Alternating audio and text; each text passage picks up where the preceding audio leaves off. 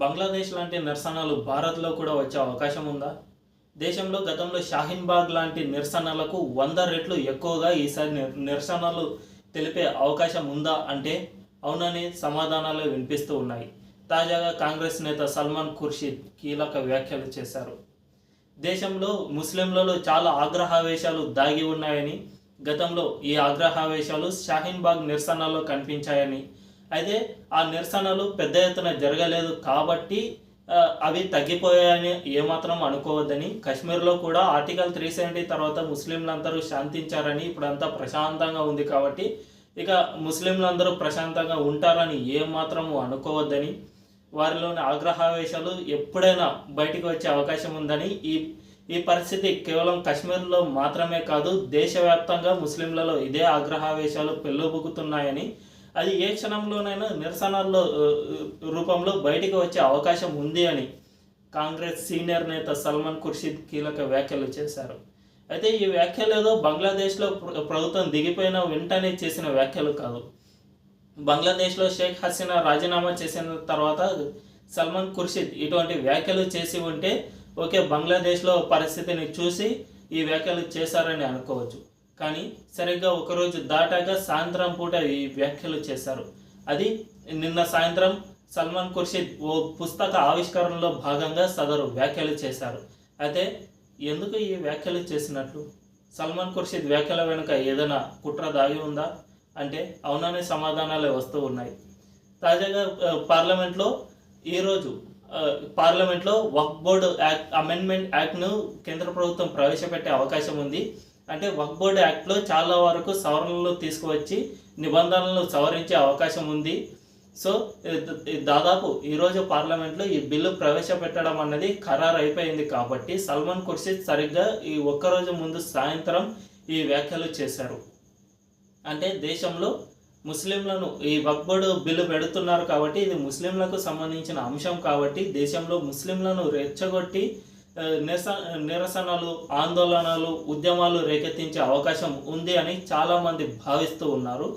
అయితే ఈ వక్ఫ్ board act గురించి మనందరికీ తెలిసిందే. 1953 నుంచే ఈ వక్ఫ్ బోర్డ్ యాక్ట్ అమల్లో ఉంది. అయితే 1995లో కాంగ్రెస్ పార్టీ ఇందులో చాలా నిబంధనలు చేర్చింది. ఏ విధంగా అంటే ఇక దేశంలో ఏదైనా భూమి నాకు కావాలి అని వక్ఫ్ బోర్డు భావిస్తే ఆ భూమిని ఈజీగా క్లెయిమ్ చేసుకోవచ్చు.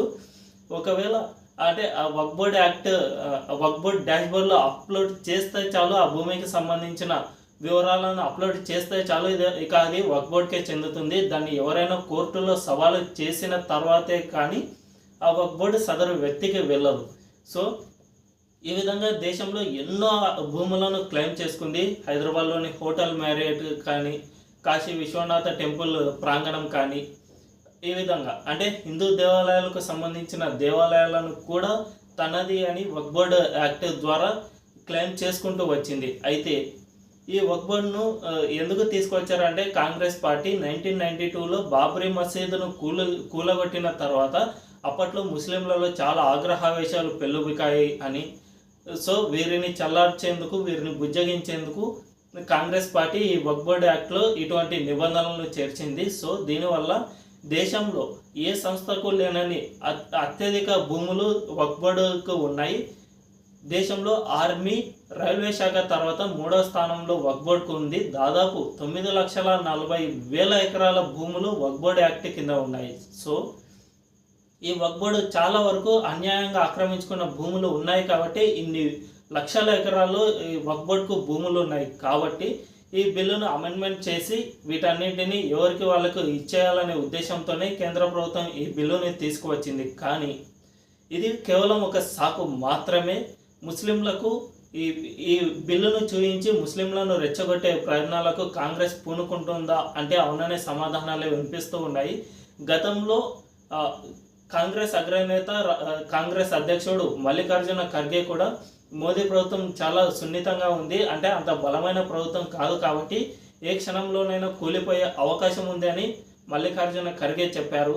అదే వ్యాఖ్యలను రాహుల్ గాంధీ కూడా చేశారు. మోదీ ప్రభుత్వం ఏ క్షణంలోనైనా కూలిపోయే అవకాశం ఉంది అని రాహుల్ గాంధీ కూడా వ్యాఖ్యలు చేశారు. సో మనందరికీ తెలుసు కాంగ్రెస్ గత లోక్సభ ఎన్నికల్లో కూడా పూర్తి మెజారిటీ అయితే తెచ్చుకోలేకపోయింది.